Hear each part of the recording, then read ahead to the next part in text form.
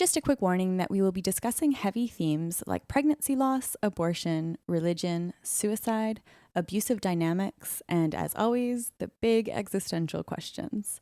This is an unbleeped version of our thoughts as they come to us.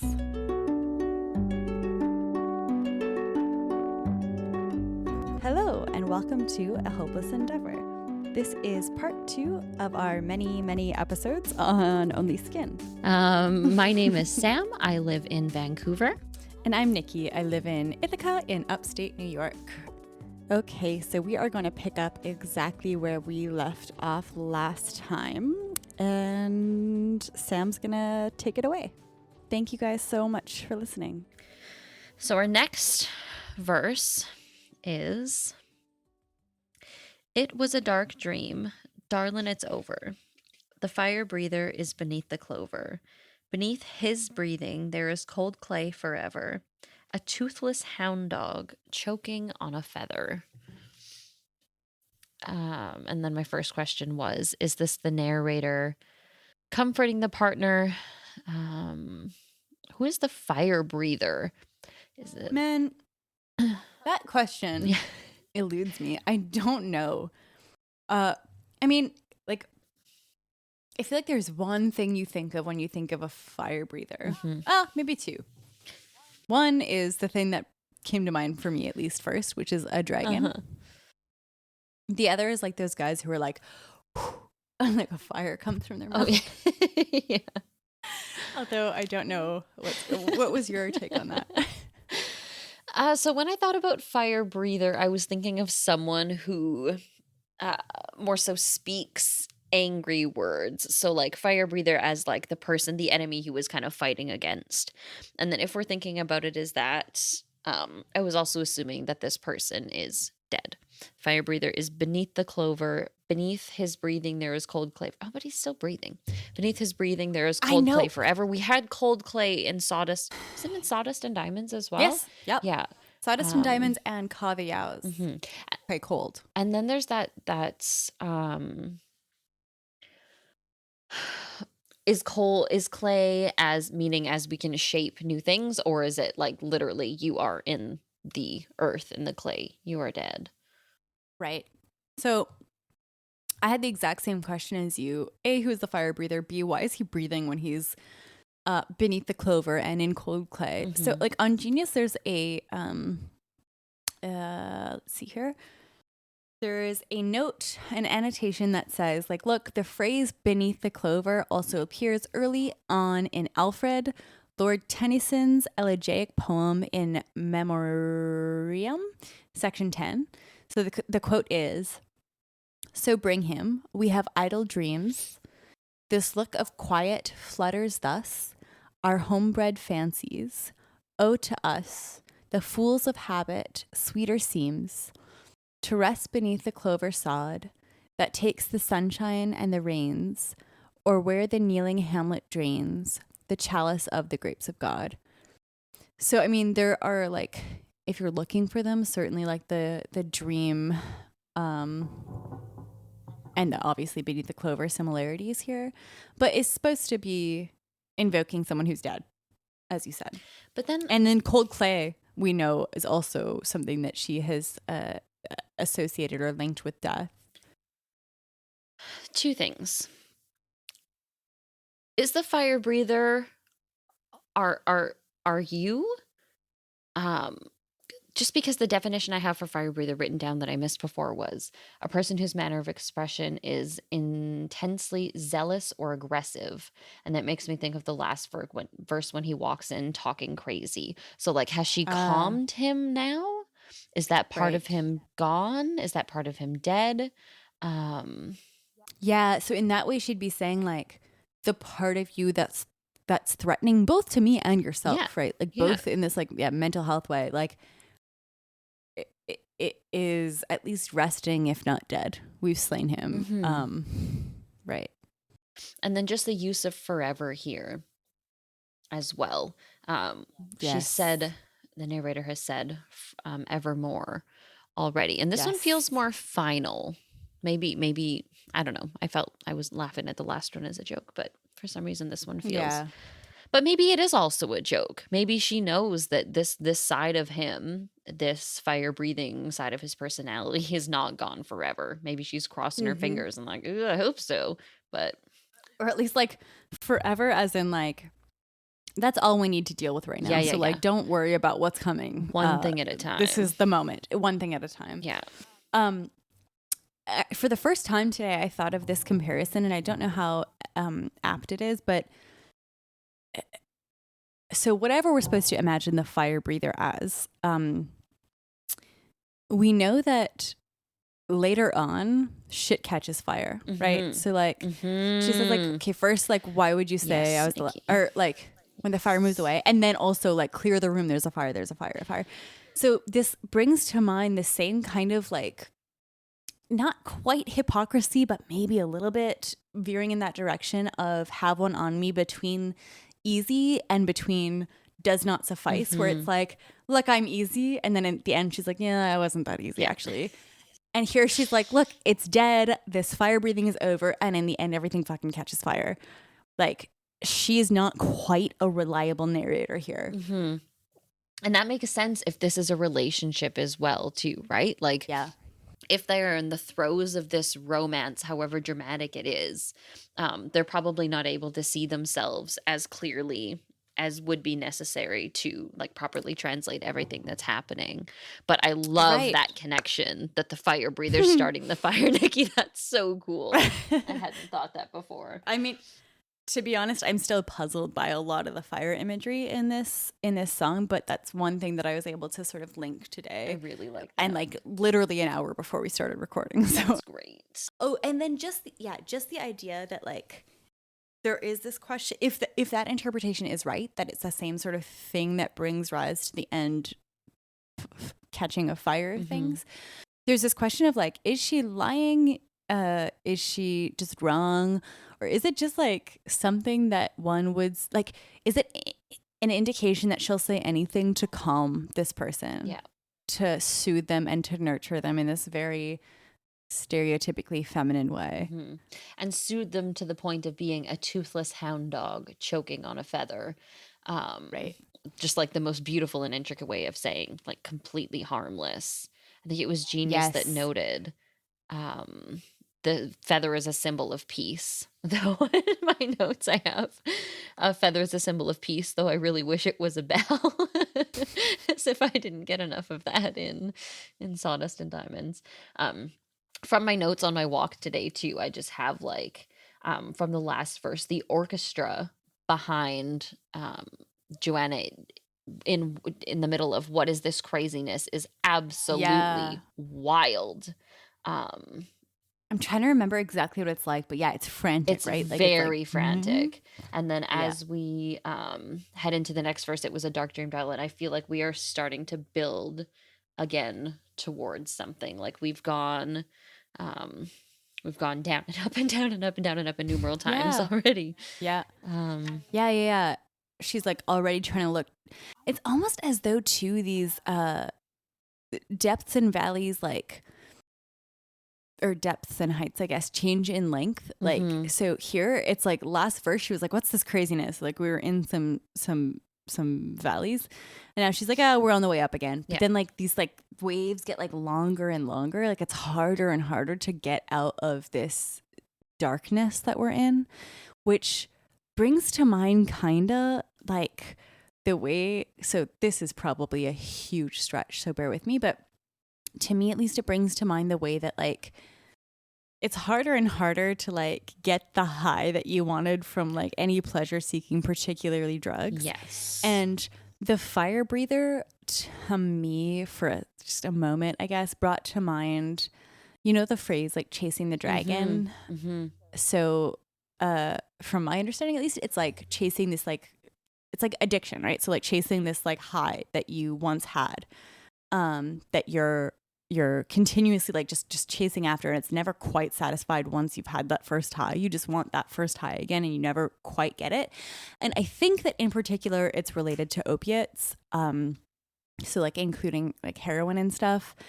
And again, for the first time today, we'll talk about this when we talk about the Squid Ink, but I was like, oh my god, it's fucking heroin. And remember, like, I forget what song it was. It was in Emily that I was like, I feel dumb bringing this up, but like, I feel like the poppies are maybe alluding to heroin. So this could just be me going down a crazy rabbit hole, but I feel like maybe there's some drug shit happening here. And if it's not she's like, literal drugs, it's very much as like the pleasure pleasure seeking. seeking. Yeah. Yes. And while you're talking, I'm just like, I know she's talked about dragons in her music more than once. So is it in 81? Arthur, or no, somebody. Yeah, 81. Yeah. 81. Arthur, somebody and the dragon. In the war between St. George and the dragon. St. George. Yes, and then yes. as well. Oh, there are some dragons that are built to heaven hold. Yeah. Clam, crab, cockle, cowrie. You got it. I just made some notes on the mention of dogs or hounds in this song here. So upcoming said, dog nor vulture, no cat shall toy with you. The dogs were snapping and you cuffed their collars. Dogs still run roughly around. And I wonder where this idea Little Tufts of Finchtown. Little Tufts of Finchtown. And considering like all of these, 1, 2, 3, 4, at least 5-ish mentions of hounds or dogs, just what that means, but I don't know. I don't know either. Speaking of dogs, mine is just on me. Oh, I see him. Hi. He's participating in the podcast this time because he's really missing Nikki very much. So I believe in her small office here, she has 2 cats and a dog. That's correct. Yes. So there's something that I find super creepy isn't quite the right word, but like it speaks to me in this way where I get like really excited about it in the way that this part is straight up calling forward to the part that you just alluded to, Sam. The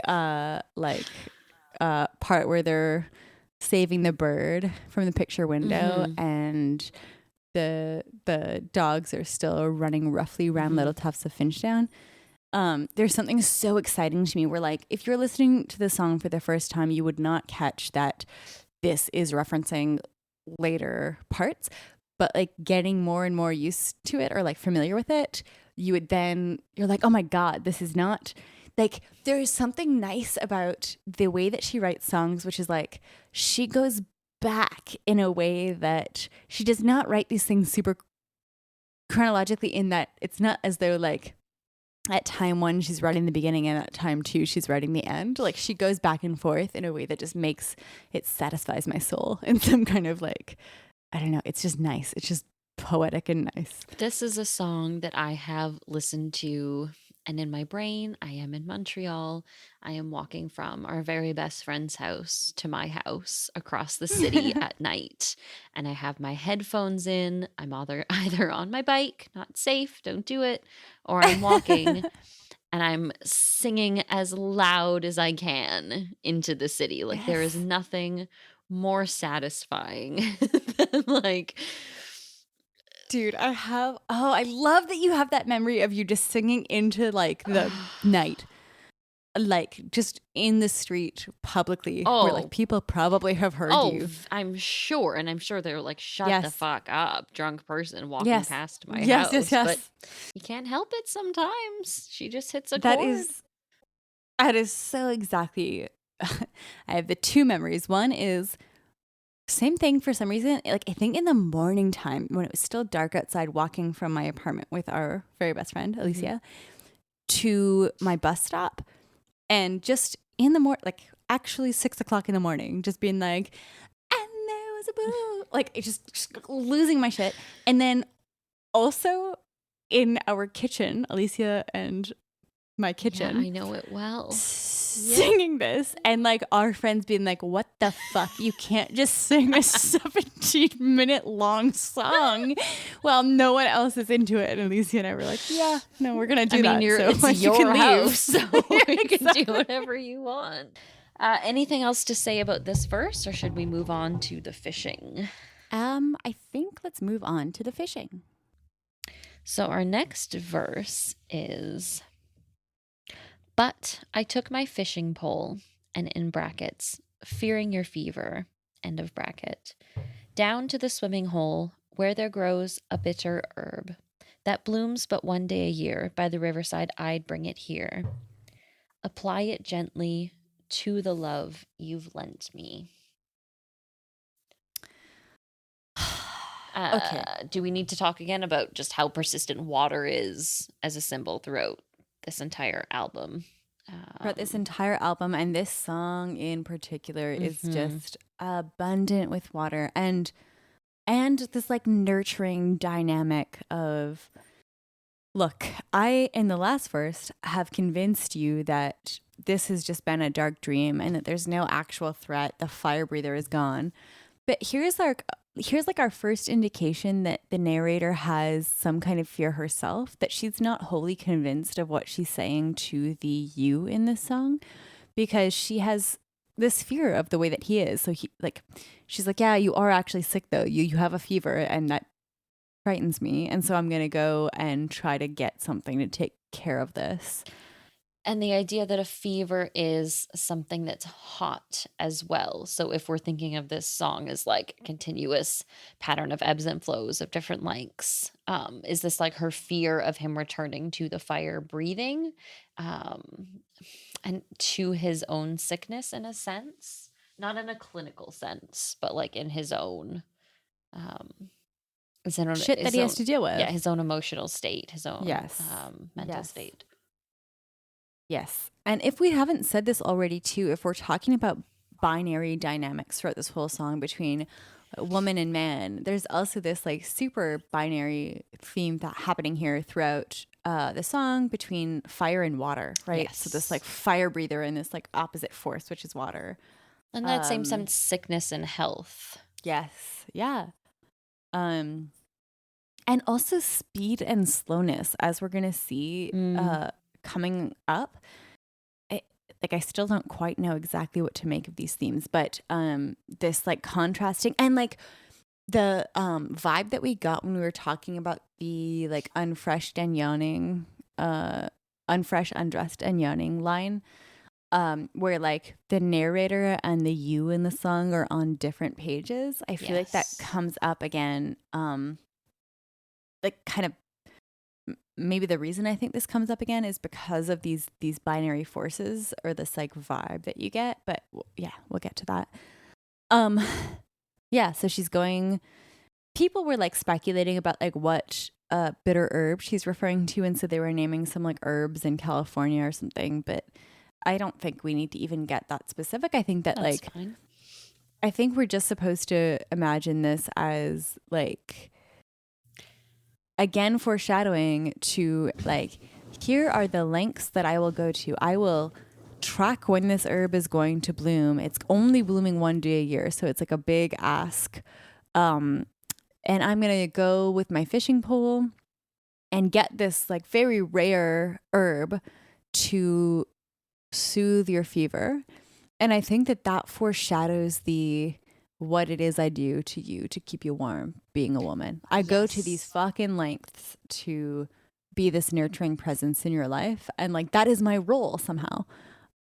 Probably because I'm a woman. Like, that's just the dynamics that are at play here. And it does make me think about like when we were talking in Emily about the constellations that appear in a certain time of year. At the beginning of the Song of Emily, they appeared only in December, and like the opportunity and like the awareness it takes to be able to source those. But also then as we were talking, like specifically a bitter herb, and it's the idea that something is like a bitter pill to swallow, as like an unpleasant fact, a disappointment or a humiliation that is difficult to endure. So maybe the idea that this is not necessarily like a, a clinically approved medicine that she is bringing to him, right? But in some sense, a truth of some sort. Yes. And how like tough it can be to hold on to those truths, especially in this like, as we will see, this like wildly braiding, winding river. Yeah, right. I think that's a good point too. Like, it's not this traditional whatever medicine it is to soothe whatever ailment we're supposed to imagine this person is going through. Like it's not even clear, right? Is it like Mhm. PTSD? Is it depression? Is it anxiety? Like we just don't know what's happening. Schizophrenia, anything. But she's going to these lengths to procure this like very again like too with the contrast between um like back in Monkey and Bear when we were talking about how Bear is seen as like this more primal animalistic close to nature kind of being, and that's associated with femininity because of its contrast with like this rational masculine like whatever like very I don't even know what the word is, just like rational and like fact-based scientific masculine energy that she's like here associating herself with like this holistic sort of, I don't know, The opposite more of that. herby. Yeah. Yeah, the opposite of that, exactly. We did get a Um note as well from Savina. So thank you so much for your email, Savina. It was full of brilliant gems. And specifically, this line took my fishing pole down to the swimming hole. Was very, she said, Savina said, was very reminiscent of like a fairy tale scene where in like a magical item or plant can save someone from a fatal illness, but perhaps inverted because a lot of the time in fairy tales, a woman or mother is sick and the man or son ventures to find the antidote. And I think that's especially interesting considering she does use son in the upcoming verses yeah. too. Yeah. So thank you, Savina, for Totally. that. I have a few of your notes sprinkled throughout here, so we will come back to you. Thank you so much, Savina. Um yeah, I think that gender dynamics is like super that they're very interesting because also just in reflecting about like what taking care of looks like in Mm-hmm. relationships. So, I mean, on this very like surface level, like you often hear of like in heterosexual relationships, like the dude taking care of, in quotation marks, the woman, right? So, like, pretty much that just means that he will financially provide for her, right? Taking care of means like, oh, I'll give her a house and whatever. But like, I don't know, the actual dynamic in a lot of heterosexual relationships, or even like I struggle with what to call male to female relationships, or man to woman relationships, because like as a bi person, I don't want to say that any man woman relationship is a heterosexual one because I'm like, oh, there's nothing heterosexual about my relationship with a man, even though I'm bi. So I don't know how to say it. Man woman relationships. I think it's like the traditional roles Yes. of men and Right. women Right. That's a better in way. the Exactly. binary of this Yes. relationship. In this gender binary that like we don't necessarily buy into, but that like No. society does, right? And so like we're playing along for the sake of understanding this poetry, that is very much like set in this like, yeah, in this dynamic, and like that we all like, especially as women, that we have to like very much deal with, like it or not, right? In navigating our relationships with people in general, but particularly with men. But that the taking care of dynamic is so fucked up the way that we normally think about it, because it's normally we think about like, yeah, the man takes care of the woman because they provide. But there's also the social dynamic that happens where like women are so fucking expected to nurture and take care emotionally of men. Mm-hmm. And like I have this this theory that I'm sure other people have too, but where I'm totally convinced that there's this stereotype that like men are closed off emotionally and that like they are like whatever, like less, and it's true, they're less able to express their emotions like publicly and stuff than women are. But like in this little like layman theory of mine, these emotions all have to come out at some point, and the receptacle that like gets the brunt of it is women. So like when men who've had to be closed off because of societal pressures have been repressed for so long, they just unload their burden upon women, and we're left to deal with like that wreckage that has been the emotional burden of their life, like in a way that women like are taught.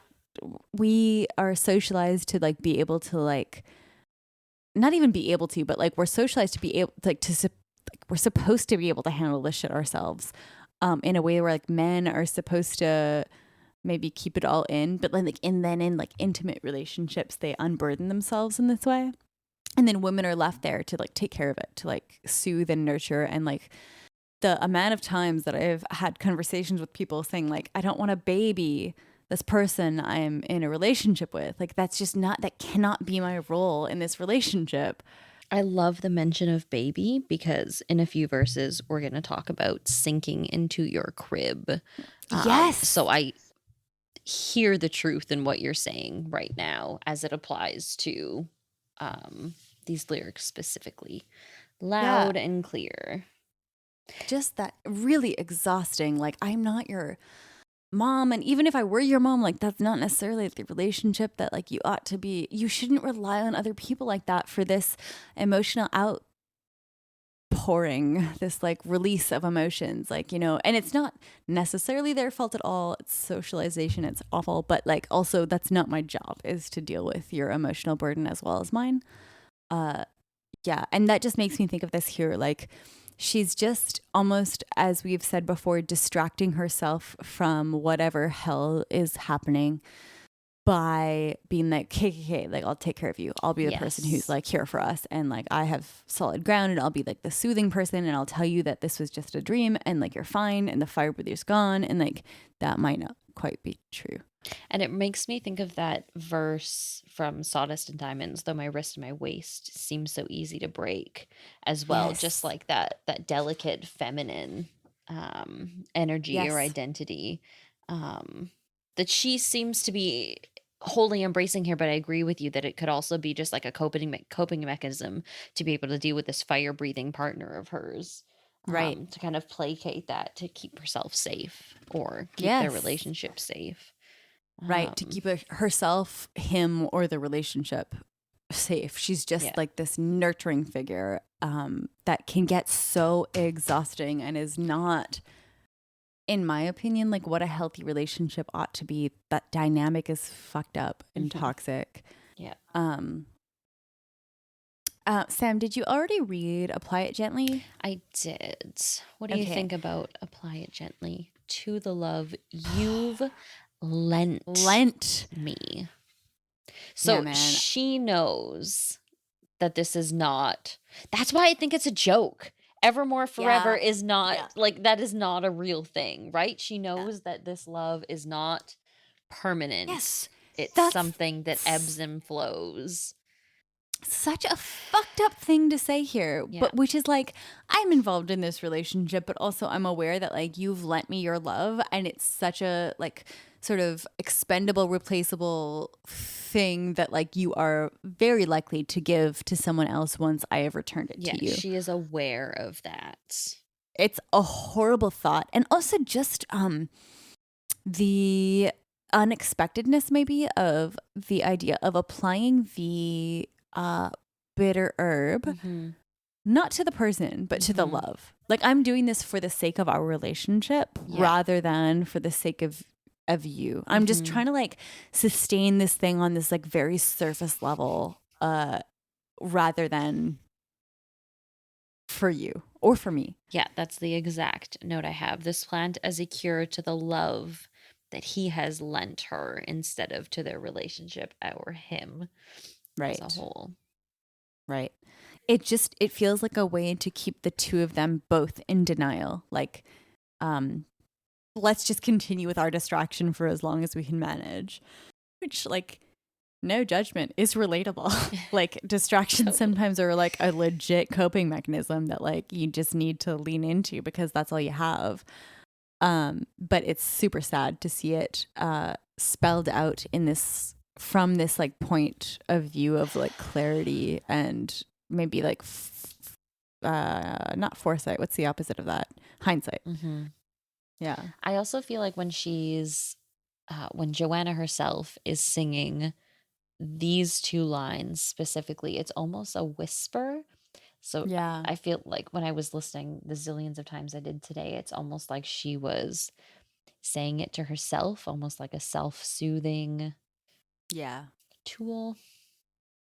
Or even to indicate the diminishing of oneself for the sake of something else. Yeah. Apply it gently to the love you've lent me, as in like I'm going to push my own self and desires aside to in this way that is expected of women, men, like to sacrifice that for the relationship or just for the man, for you. It's sad. Yeah. Okay, are you ready for the next line? I am. Okay, I'm gonna go all the way to the muscles beneath, but I have like, Okay.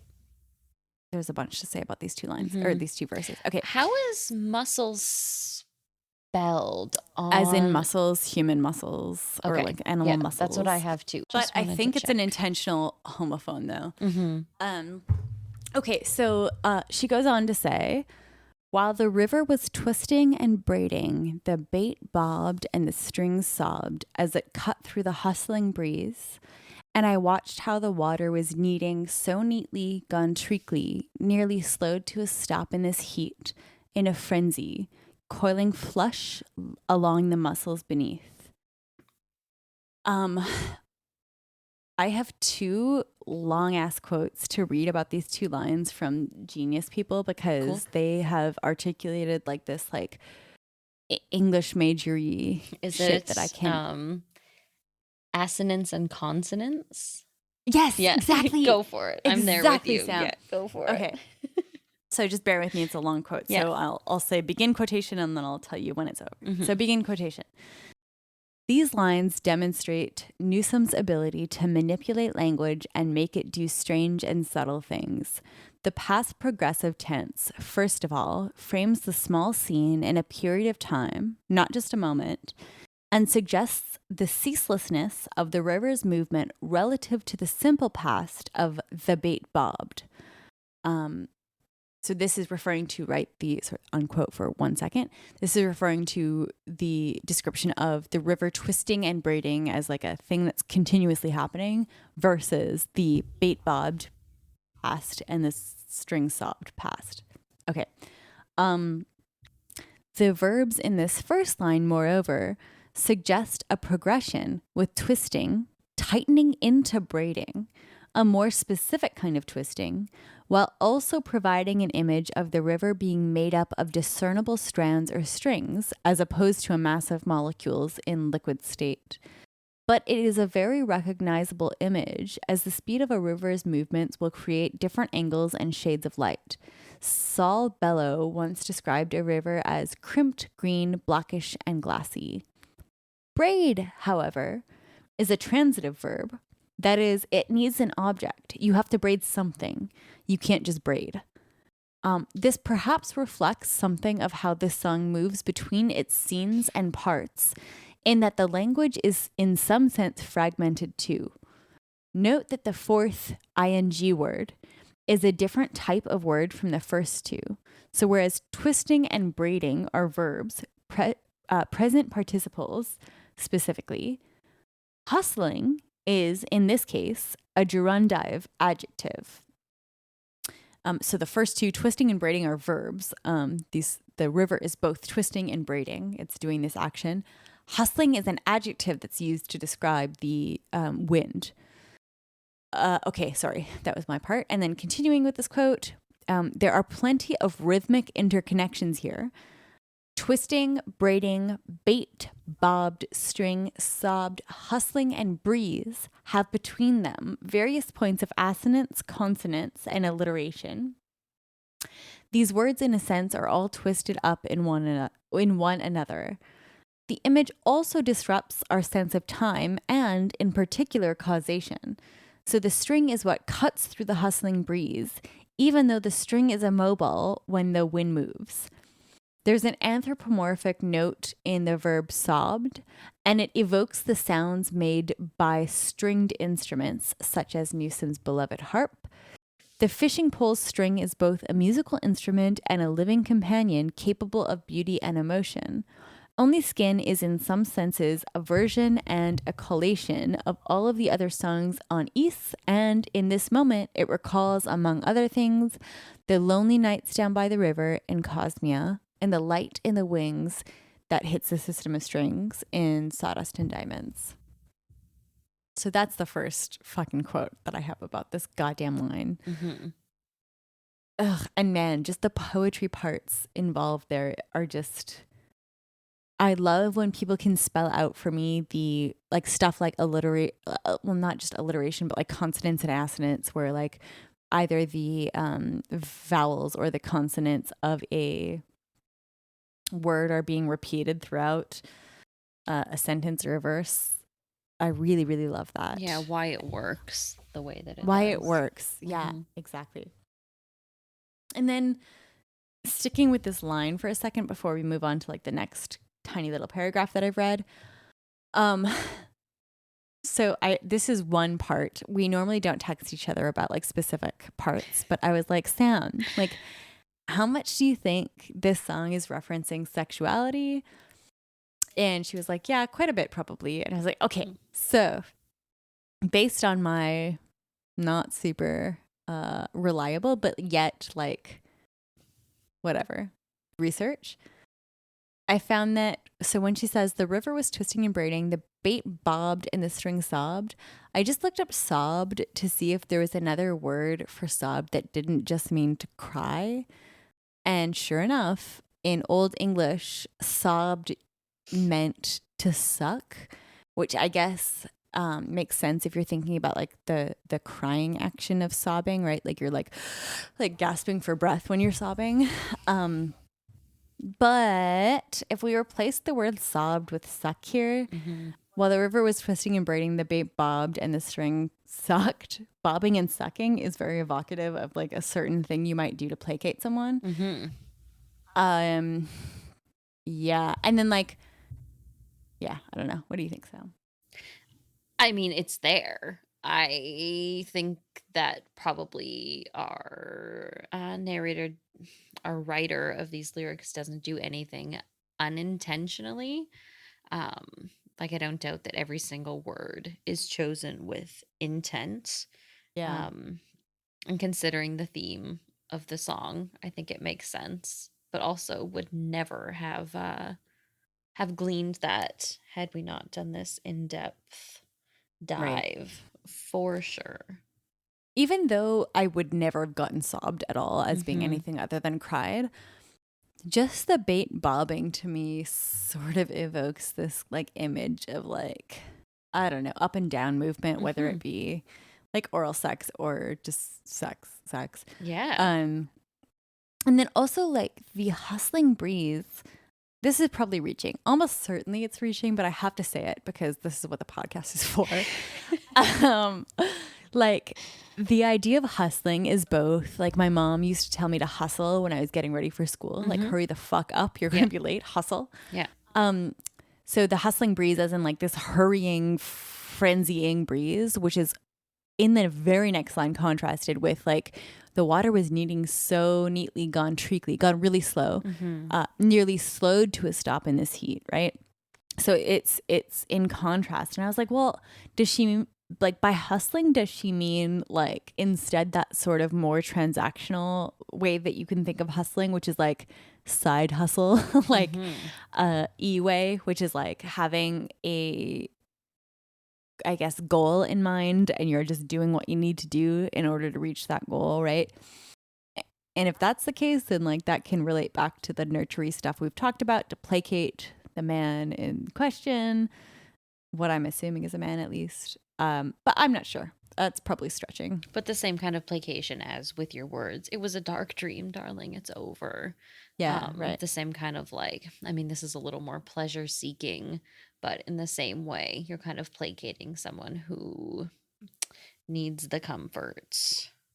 Yes, exactly. And yeah, like that's the other thing about this too, is that even though there are, I think, these gender dynamics playing throughout, of like somebody needing comfort and the woman being there to provide said comfort, there's also this like this human aspect or something that is like, even though these dynamics are gendered and shitty and like really imposing upon the woman in the relationship, it's not false that like humans require this kind of comforting from each other. We just Yeah. need that kind of like softness and tenderness with when we're dealing with each other. And like that's a thing. It's just that it's like undercut by this socialization part. Yeah, and it's like the control in part of it Yeah. too here. Like it's using his emotions, his experience Yes. in this dream to kind of like wriggle it out of her in a Yes. way, like using her guilt for his experience to get what he needs.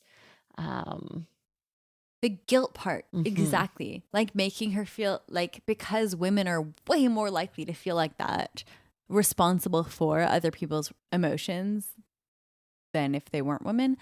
And then also just like the idea of what men have been socialized to expect from relationships and relationships with women in particular, which is like nurturing and respect and care and love and attention and like all the shit that is not a two-way street.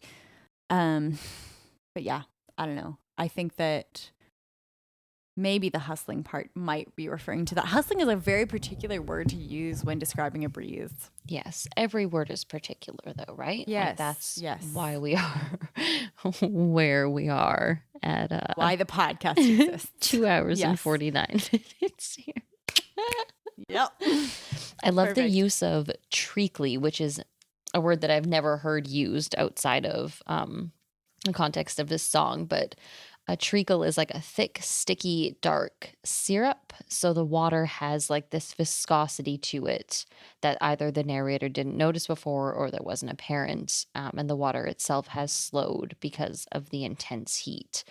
And yes. is the intense heat like the literal weather that she's experiencing while she's fishing for these bitter herbs? Or is it the heat from the fire breather? Is it the heat from like his anger and like the upswing of these emotions that she knows is coming? Or the fever that Mhm. he's potentially experiencing, Yeah. right? Like I think that's a really good question, and I don't know the answer to it, but seems like probably not a straightforward answer. Yeah, treacly as in like molasses, like very slow and viscous, like you said, and just like thick and like, yeah, heavy. The use of coiling too. In the definition I just looked up, like to move or twist into a coil could be very evocative of sex, but could also, the example here is smoke coiled lazily toward the ceiling. And that might tie into some of like the imagery from earlier. And then- later, a lazy cinder Yes. smoking too. Yes, I love that line. Me too. And also Yeah. just like the flush along the muscles beneath. Yes. I think this is from Genius as well. And someone had written there, muscles beneath adeptly links the ribbed. That word must be intentional as well. Yes. yeah. Riverbed with the human body and idea, which is developed in the next verse. The assonance here, need, neat, treacly, near, heat, is powerfully sustained and deeply sensual in keeping with the theme. And just makes me think of like the use of bodies throughout her music, specifically Yes. like the body and shedding of bears.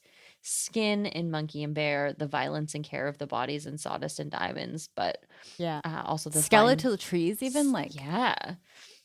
And this line from Cosmia, water were your limbs and the fire was your Yes. hair.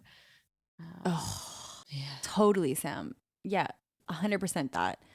And like, this line fucks me up in a way where I'm confused about it, but also like deeply moved by it. So first, like, yeah, assonance, we should just say, I had to look it up. I didn't know. Oh, did is we not just, define that? I don't, unless I just don't remember. But if we didn't, it's just like the rhyming of, I think, vowels, right? Throughout the words. Is that right? The repetition of the sound of a vowel or diphthong in non-rhyming stressed syllables near enough to each other for the echo to be discernible. Right. So here it's the EA sound. So like need, neat, treacly, near, heat is all rhyming within each other.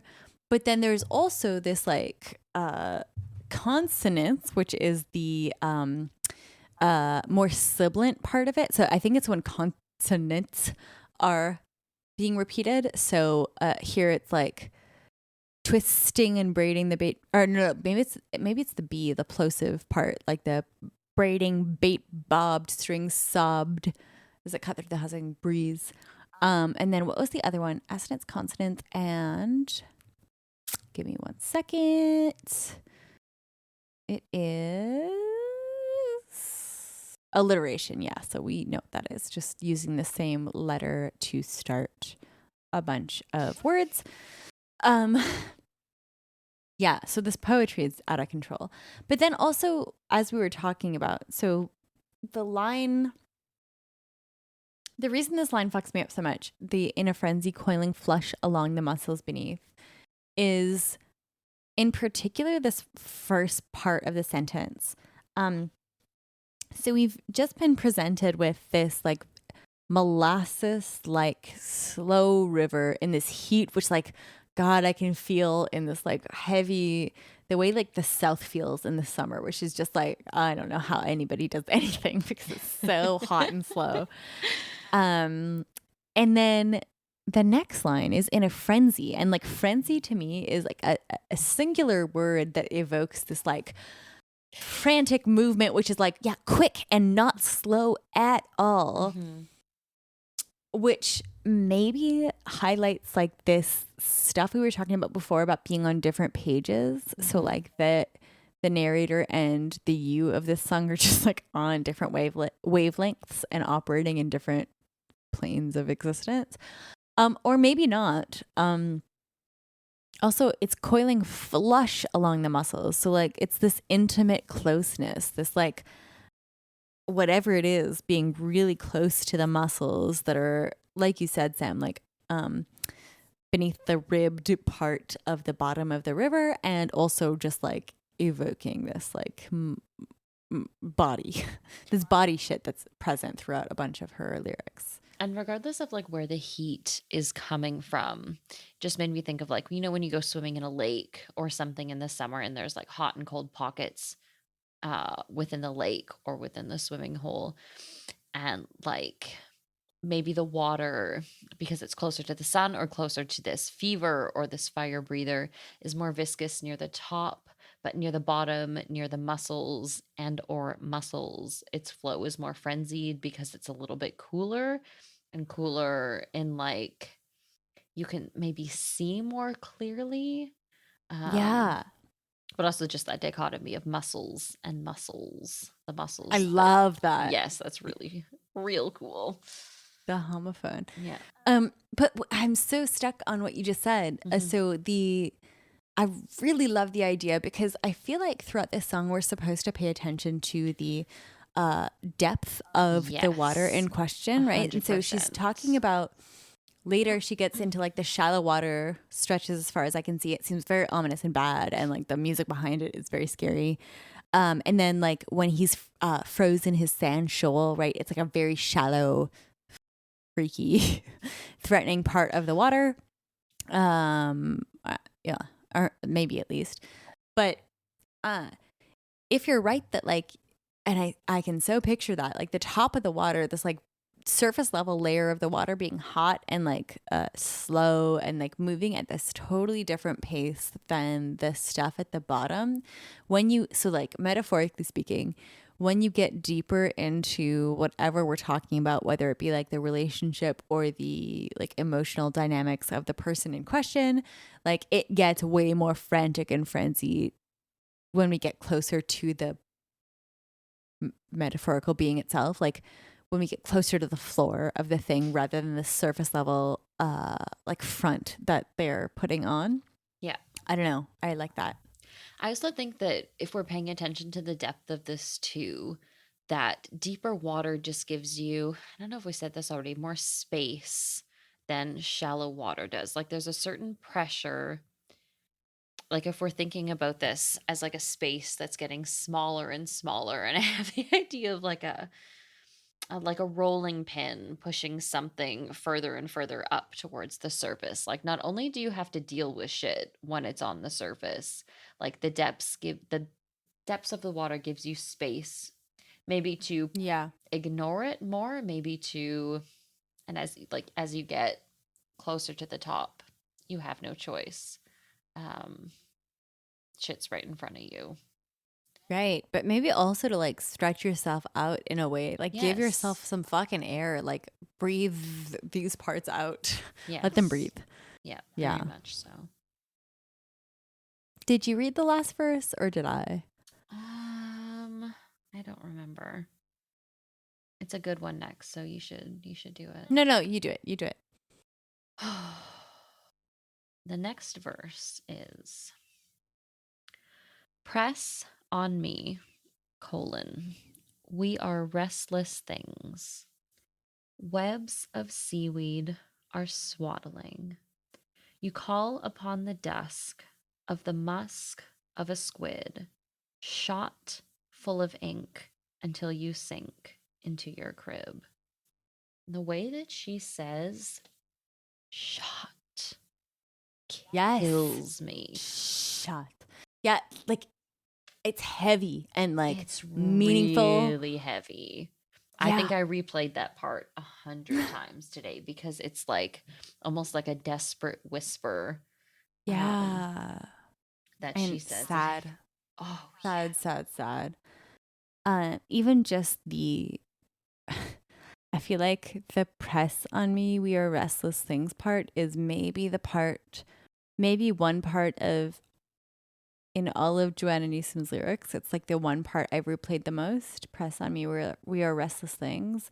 That or the part in Have One on Me where she's talking about meanwhile I will raise my own glass. But anyways, like that or that are the two most replayed for me because it's just so evocative in a way that feels like almost blasphemistic. Mm-hmm. I don't know if that's an adjective, but like it feels wrong almost to try to like analyze this in terms of any other words than those which she uses. But like, fuck, man, the press on me, we are restless things.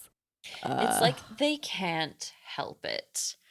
It's like they're just both acknowledging that regardless of anything else that's happening, what else can we do? We are beasts. We are animals. We are restless. Like we need to be fucking soothed. Yeah, like this is something that feels good.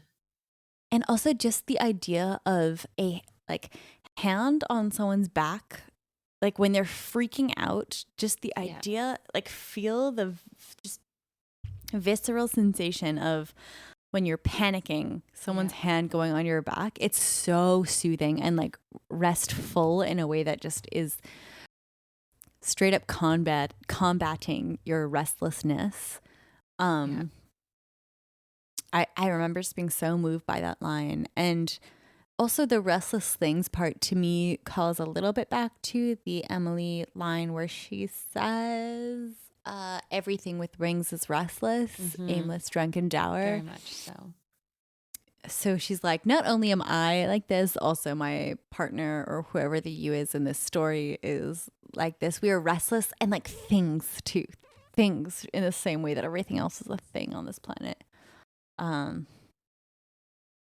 then the word swaddling, Sam. And the use of, like I said to Nikki before we started recording, like I know we're not touching on it in this episode necessarily, but I can't wait to talk about the fucking spiders, the webs of seaweed. So there's like a call to that depth. Again, like something is pulling us down, these sticky webs, and they're swaddling.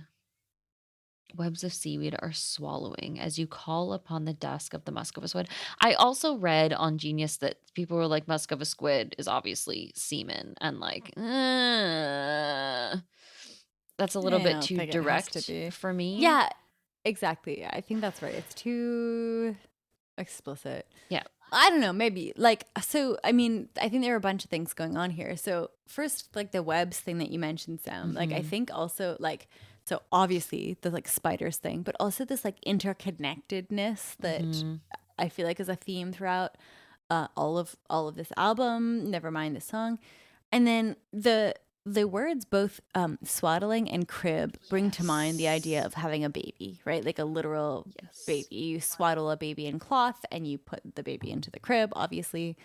And if you are of the theory that a loss of pregnancy has happened, there is this like perhaps bringing to mind of these events here. But also, I think like this double role that it's playing is like this man in question is a baby that you need to nurture in and of himself, right? Like he's like assuming this role of baby that you're like, no, it's inappropriate for you to assume this role that that has already like created this void in my life, right? It feels almost offensive, the idea of having lost a baby and then this man being like, oh, but I need you. I need your nurturing. Like, no, that's not my role. In the one of the Blessing All the Birds posts, I'm sorry, I don't have it written down which one, but they had noted that the use of the word crib is likely as a comment on the dependency of the male character on both his female partner and sex as like a safe space, Yes. Yes. which I very much agree with throughout Me too. this whole song. But then also the idea that like the musk or the ink of a squid is something that that animal, that creature does as self-defense. Like that's Yes. something that a squid does to get the fuck out of there, to Out. shield Yep. themselves and to zip right out of there. Yes. Um, which we could take to mean maybe like this man is using the musk of the squid to like hide himself from maybe like a deeper analysis of his emotions, or maybe like facing them at all.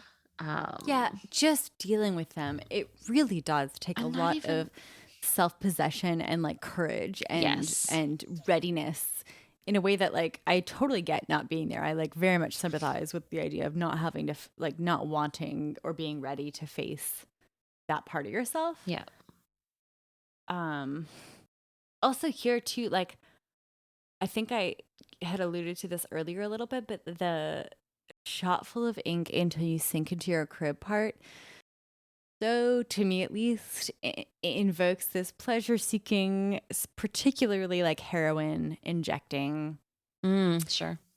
Like you're shot full of this, and like, like whatever, like the feeling of like having taken opiates and then just like being like, oh, like now it's all better. Like I am comforted, which is like crib like, right? Mm-hmm. But also like the sinking motion of what it's like to do opiates like that.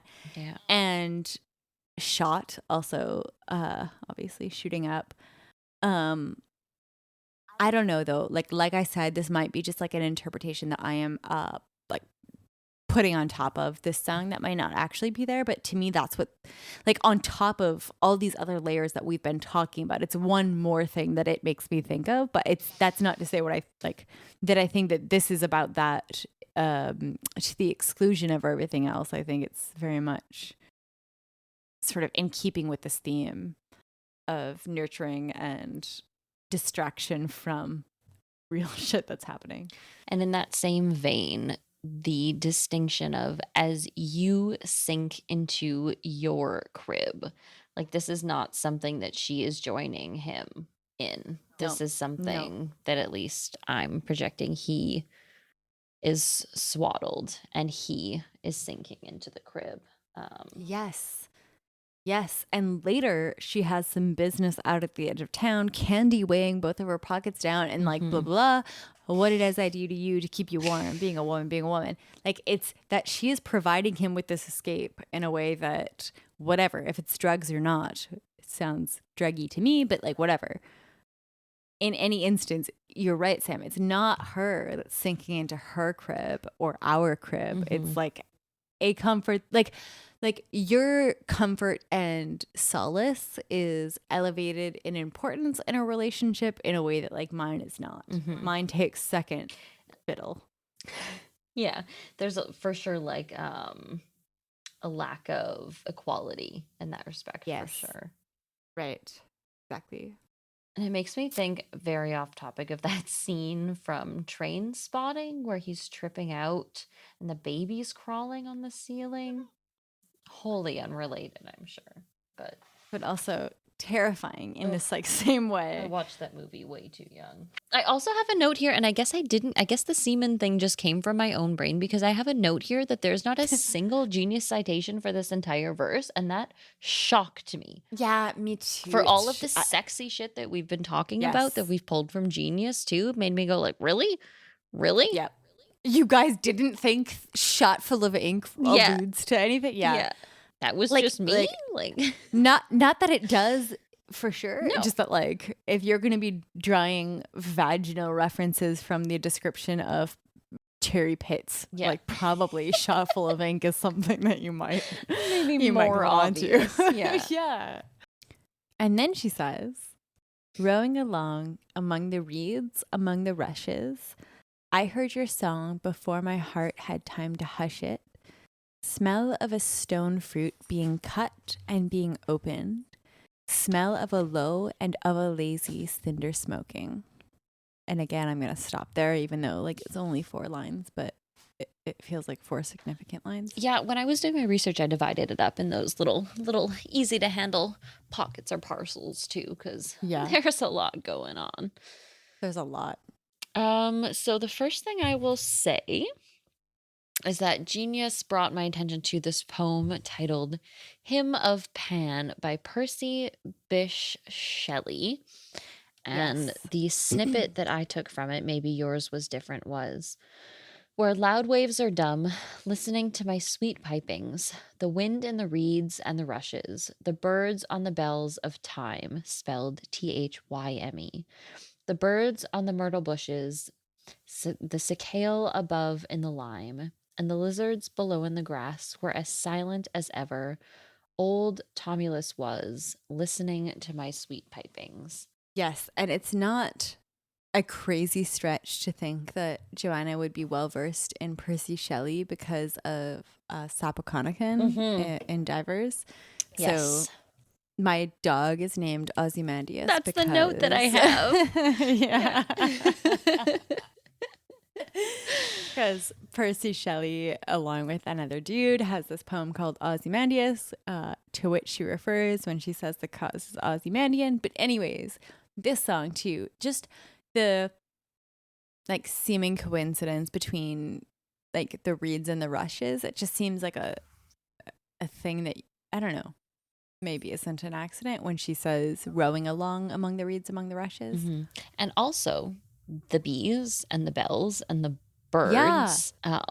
I feel like I talked everyone's fucking ears off about bells in the last episode, so I can't ignore that reference either. Yes.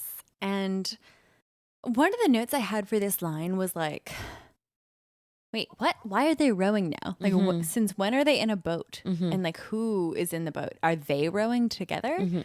Or is it just she who is rowing and who is like looking still for the thing that blooms but one day a year? And I don't know. So this one to me was like a similar feeling to, at least with the first line, a similar feeling to like the trudging through the knee deep shallow water, this like pushing and pulling yourself through all of these obstacles, willingly or not, and with like a certain awareness or not, while still And just deep in this like water imagery. Yes, really deep in the water imagery. And like the like feeling that you get when you're trying to like either like whatever, in my experience, like canoe or kayak through a really shallow bit. You're like, Sure. I can't fucking move. Like it's so hard Sure. to control myself and like go in the direction that I am intending to go.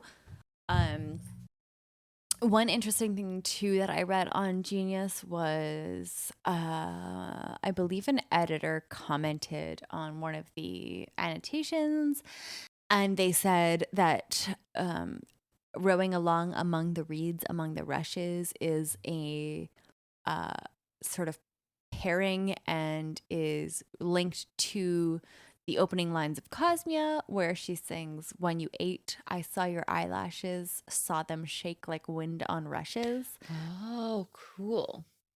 And just knowing propositionally that the song is supposed to be a sort of connection between these 3 to 4 events that have happened in the narrator's life and that she's trying to string together within this song.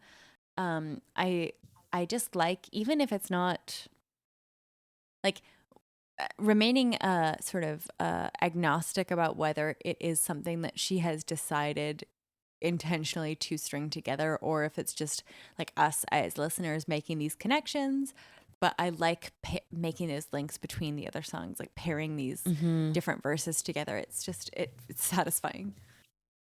The next note I have is about "I heard your song before my heart had time to hush it," which has an exclamation point, which I feel is very Yes. rare.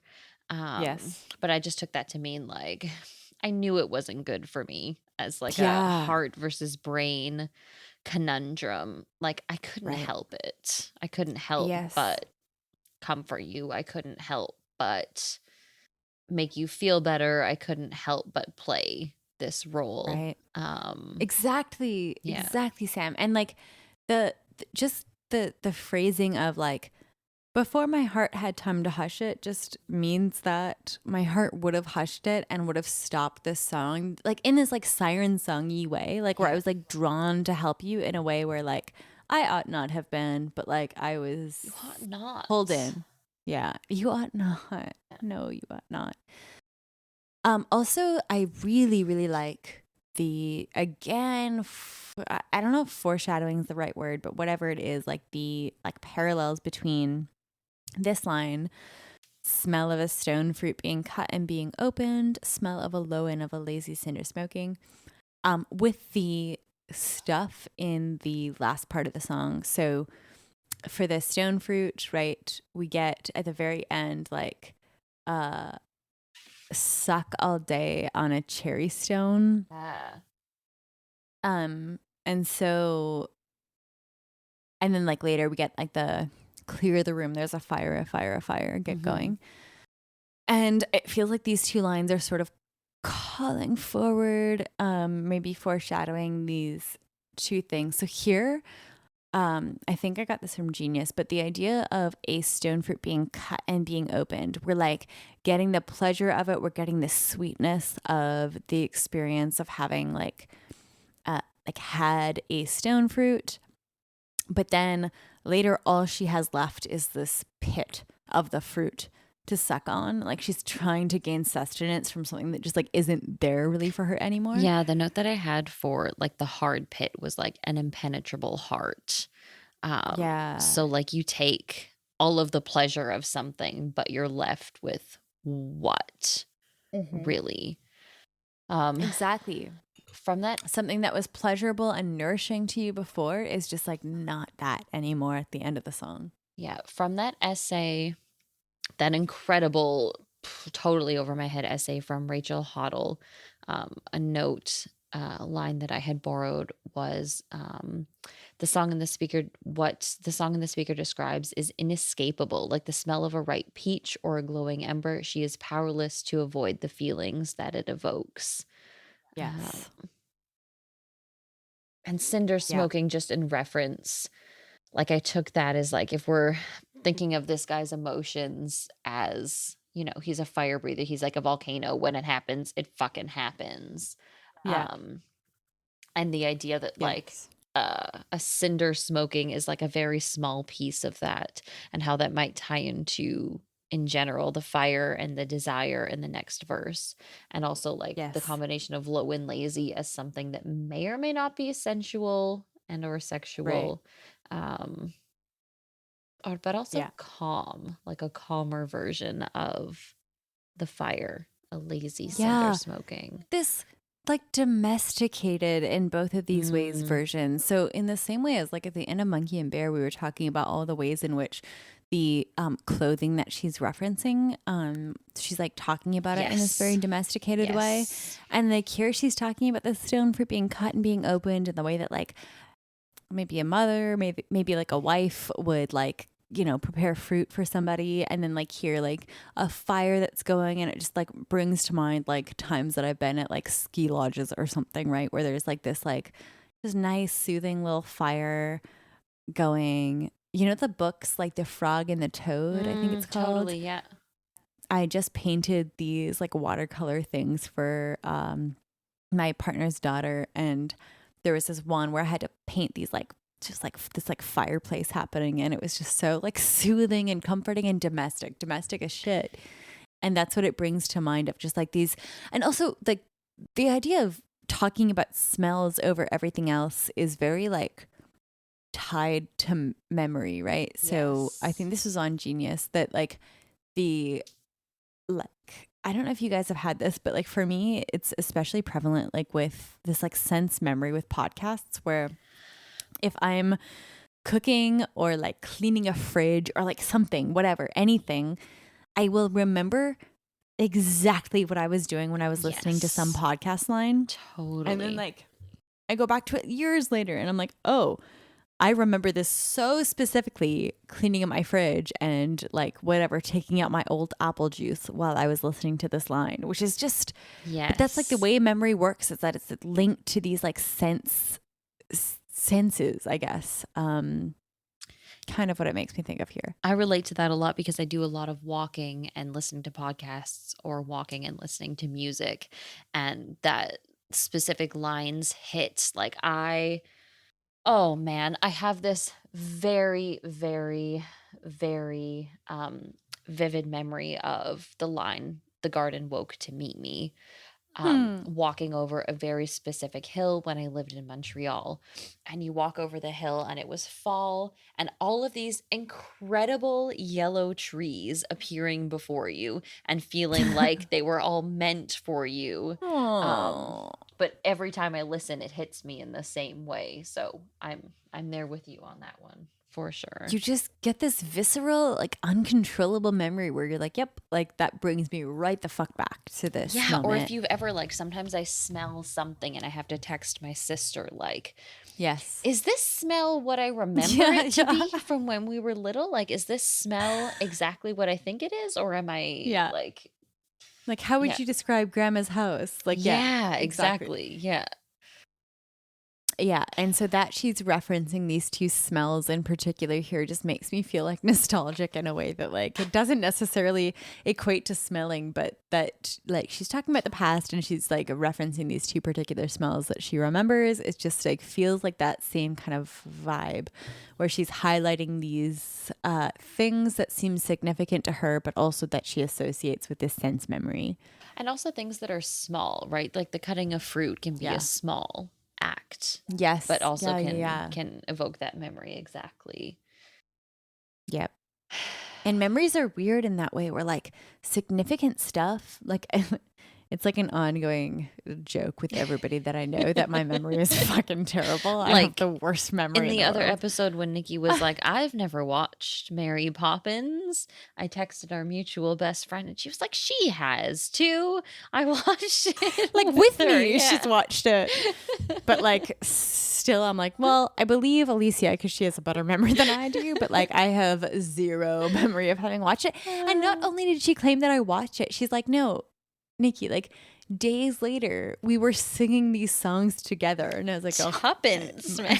Like I believe you, but like that was not the same person as I am now. I have no which memory is of also fair. Yeah, we evolve, we change, we and some of us have no memories. It's fine. So I have no memory, but like the things that I do remember vividly are very much associated with like these like super dumb, like just insignificant moments. Like I said before, this like memory of this particular podcast episode while I was cleaning up my fridge. I just like remember this one moment, and like there is no significance other than, and like the podcast episode wasn't even that significant. It was just like these two things that I have together in my mind that like, who the hell knows how brains work? It's crazy.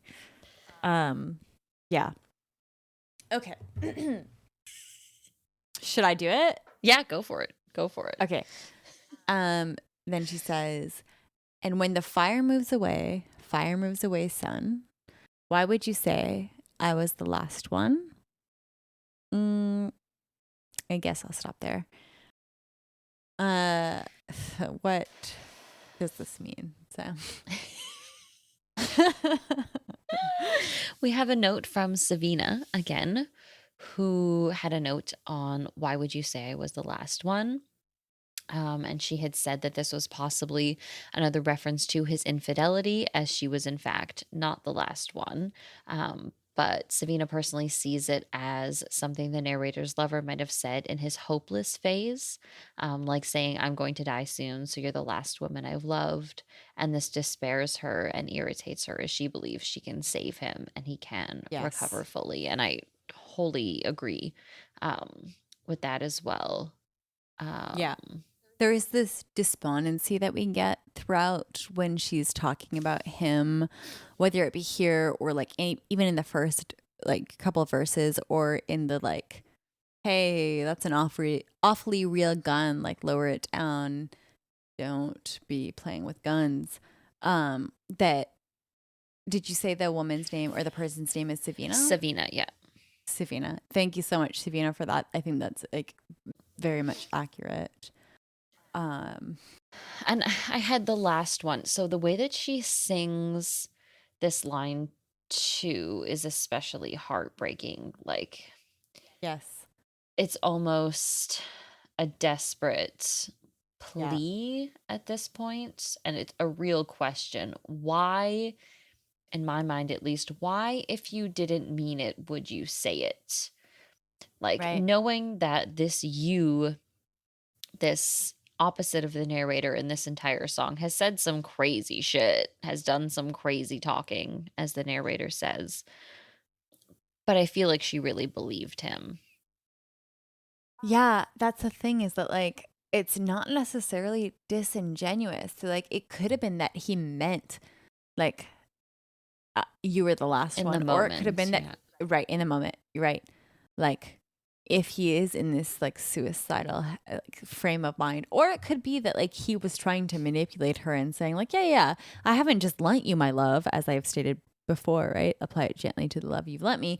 But like this is forever, even though he knows it's not, and he says that to everybody who he's with.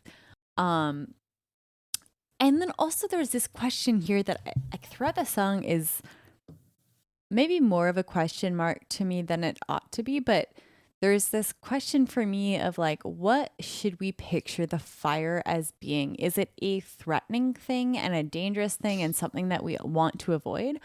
Or is it fire as in like this passion and this like fuel for our relationship? So I think the straightforward reading is that it is danger and we ought to move away from it. So like at the end, she says, clear the room. There's a fire, get going. And like, you know, the fire breather is beneath the clover. She's like trying to like equate fire with threatness. But there's also this like connotation that we have as a society that like relates fire with desire. It just brings to mind this like passion almost, right? And it if we're talking about it in that sense, it's not necessarily a good thing, but it's also this like it's a good thing that is also just infused with danger. And of course things can be both. So as you're talking about the last line of the song, clear the room, there's a fire, fire, fire, it also makes me think like, is it just her awareness of the danger of the pleasure? Like, less so the danger of the physical fire and more so the danger of like, if I keep giving into providing you with this pleasure,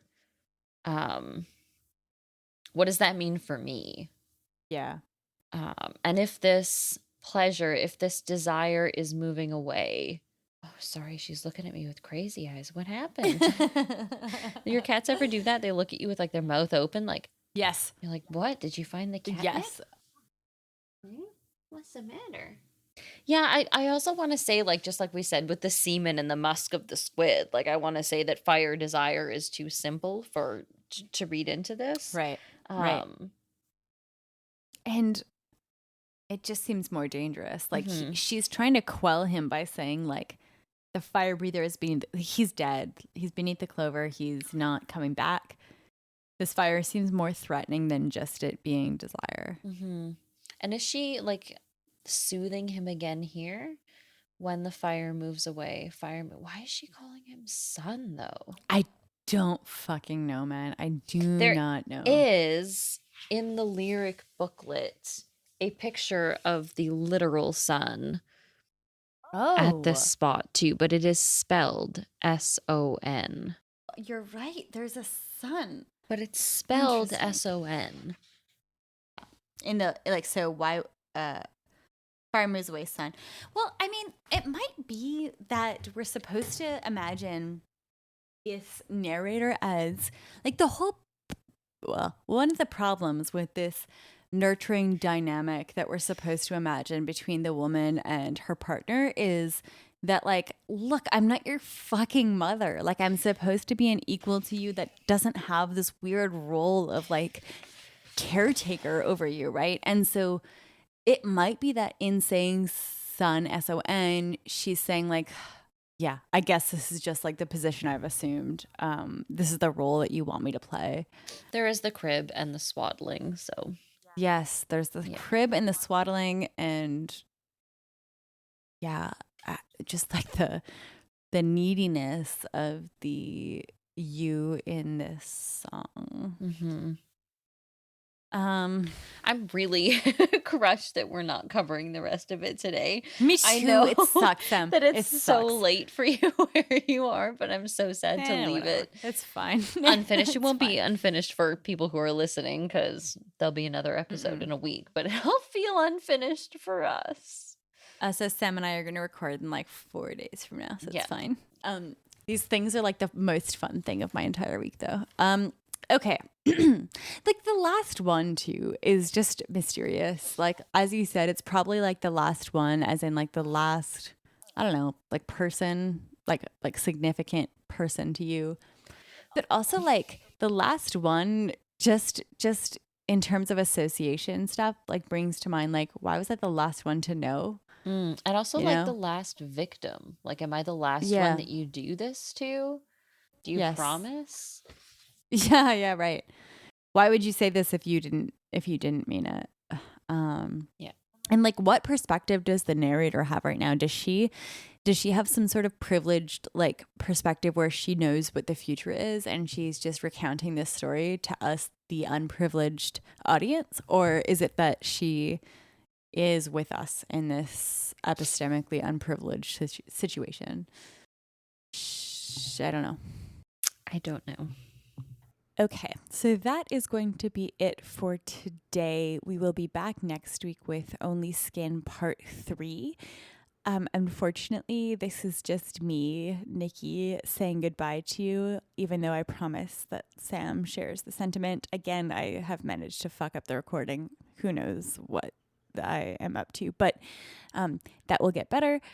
Anyways, even though this is super hard to do without Sam, I will say that we have an Instagram. It is a Hopeless Endeavor podcast. We have a Facebook group that I run, a Hopeless Endeavor : the Joanna Newsom podcast. We have a Gmail account at which you can email us your thoughts or feelings or theories or all of the above. It's ahopelessendeavor@gmail.com. Yeah, so as I am recording this right now, it is February 5th. This will be coming out, I think, on the 6th. We are tomorrow night going to record our first episode from Have One On Me. So we're going to be recording on Easy. So yeah, please feel like very encouraged to send us your thoughts about any song on Have One On Me, but particularly like the first, couple songs on that album. But also because editing is a magical thing, you guys can send us your thoughts and theories about anything from Only Skin, like Only Skin, Cosmia, or Colleen, or the album art, as those are all forthcoming episodes, but we can always edit in your guys's contributions.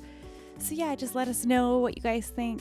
As I said, this is so hard to do without Sam, but thank you guys so much for listening, and we will see you next week. Bye.